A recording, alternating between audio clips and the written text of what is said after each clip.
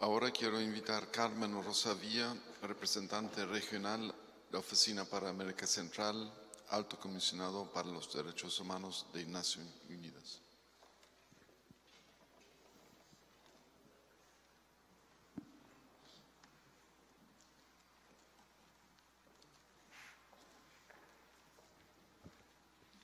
Muy buenos días,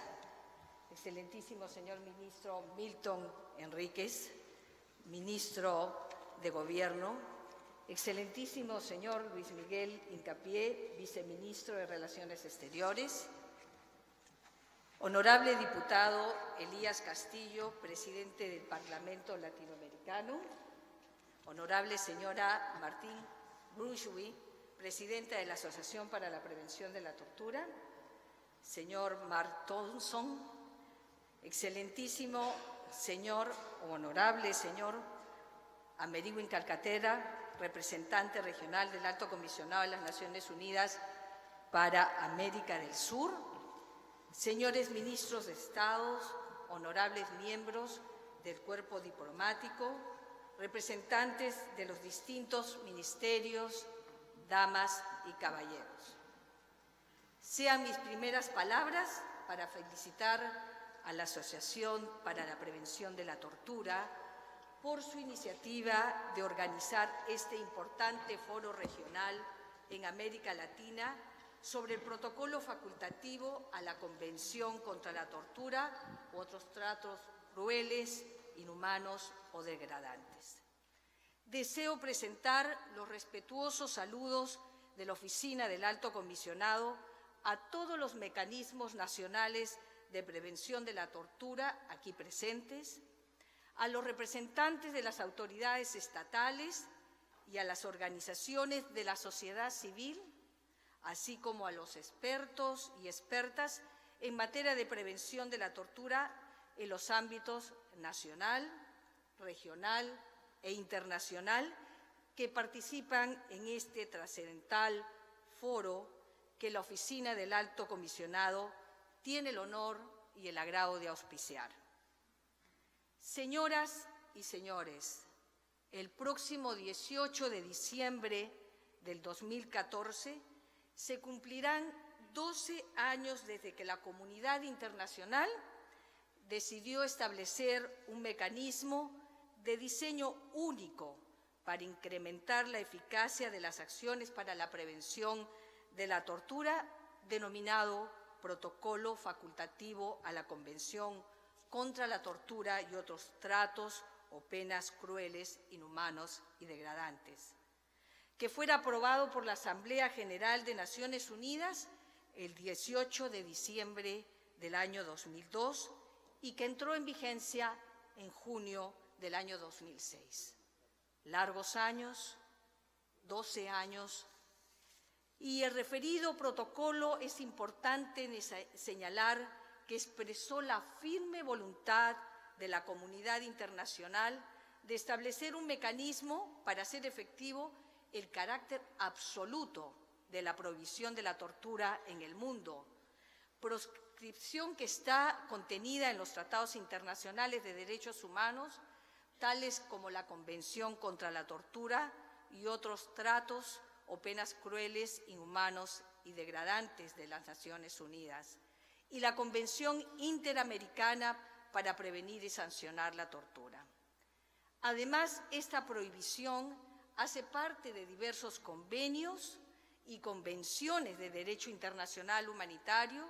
derecho penal internacional e inclusive es una norma imperativa del derecho internacional, estamos hablando de una norma de jus cogens. A la fecha, 14 países de América Latina han ratificado el protocolo facultativo contra la tortura, siendo esta región la segunda con el más alto número de ratificaciones, precedida solo por Europa. La arquitectura diseñada para llevar a cabo el mandato de prevención del referido protocolo facultativo es el resultado de muchos años de experiencia de la comunidad internacional en la delicada y crucial lucha por prevenir la tortura y los otros tratos o penas crueles, inhumanos y degradantes, y está basado en los pilares de la originalidad, la persistencia y la proactividad.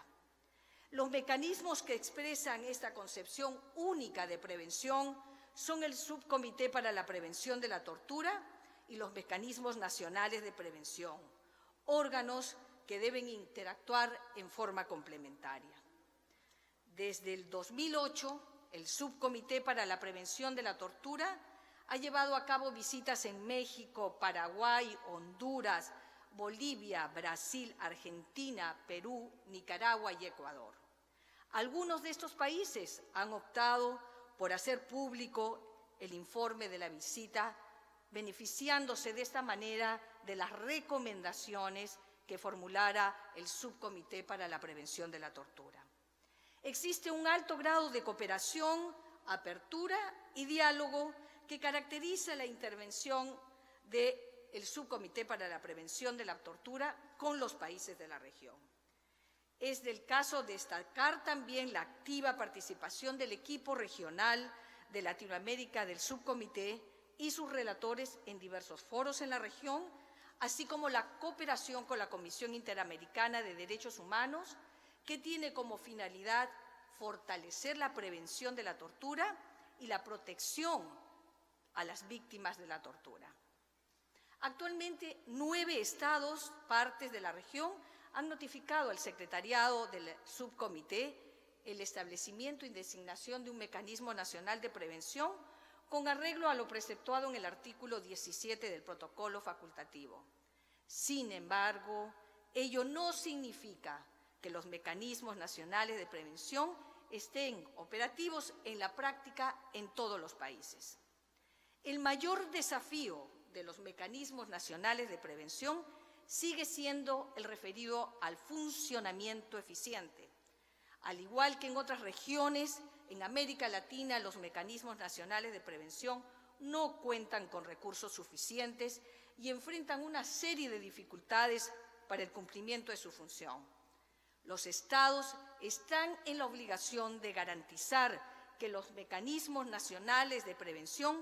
cumplan los elevados estándares del protocolo facultativo contra la tortura. No obstante, el tiempo transcurrido desde que fue aprobado y entró en vigor el protocolo facultativo, continúan presentándose lamentablemente serios desafíos para prevenir la tortura, en especial en las Américas. Y así tenemos situaciones donde la muerte y violencia de personas privadas de la libertad son muy comunes y más elevadas que en el resto de la sociedad. Un escenario donde esto ocurre es en el marco del abuso de la prisión preventiva, que conlleva el grave hacinamiento en las prisiones, tornándose en una forma de tortura o trato cruel o pena inhumana y degradante, que destruye la dignidad de las personas privadas de libertad. No menos importante es la nula o bajísima supervisión por parte de autoridades estatales respecto del control y supervisión de todos los lugares y centros donde una persona está privada de libertad. Por ejemplo, las instituciones psiquiátricas, el tratamiento de menores, así como los albergues de migrantes. En particular, no podría dejar de mencionar la corrupción y la impunidad prevaleciente en casos relacionados a graves violaciones de derechos humanos cometidos contra personas privadas de libertad ocurridas en el marco de operativos de control de prisiones que constituyen crímenes de Estado. El foro en el que hoy estamos participando, organizado por la Asociación para la Prevención de la Tortura, es expresivo del importantísimo compromiso de las organizaciones no gubernamentales internacionales y nacionales de derechos humanos en las acciones de promoción, incidencia y divulgación de la prevención contra la tortura. Estas acciones de reflexión y debate para guiar las acciones de prevención de la tortura hablan por sí mismas y nos reafirman en la necesidad de continuar trabajando con las instituciones, organismos y organizaciones de la sociedad civil. El Alto Comisionado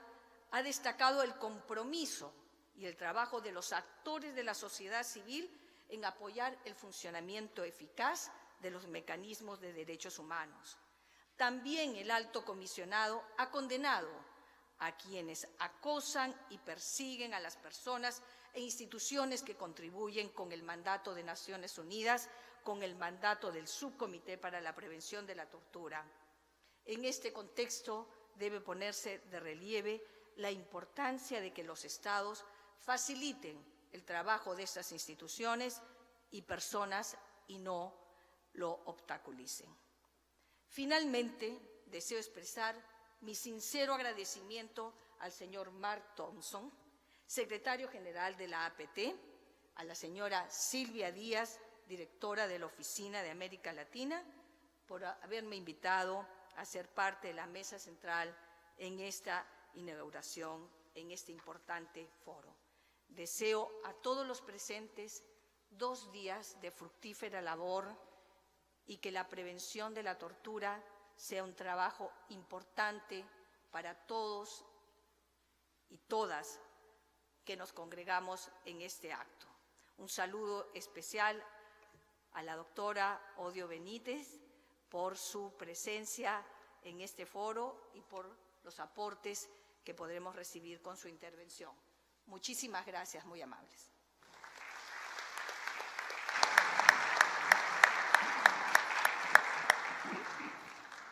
Muchísimas gracias, Carmen Rosa.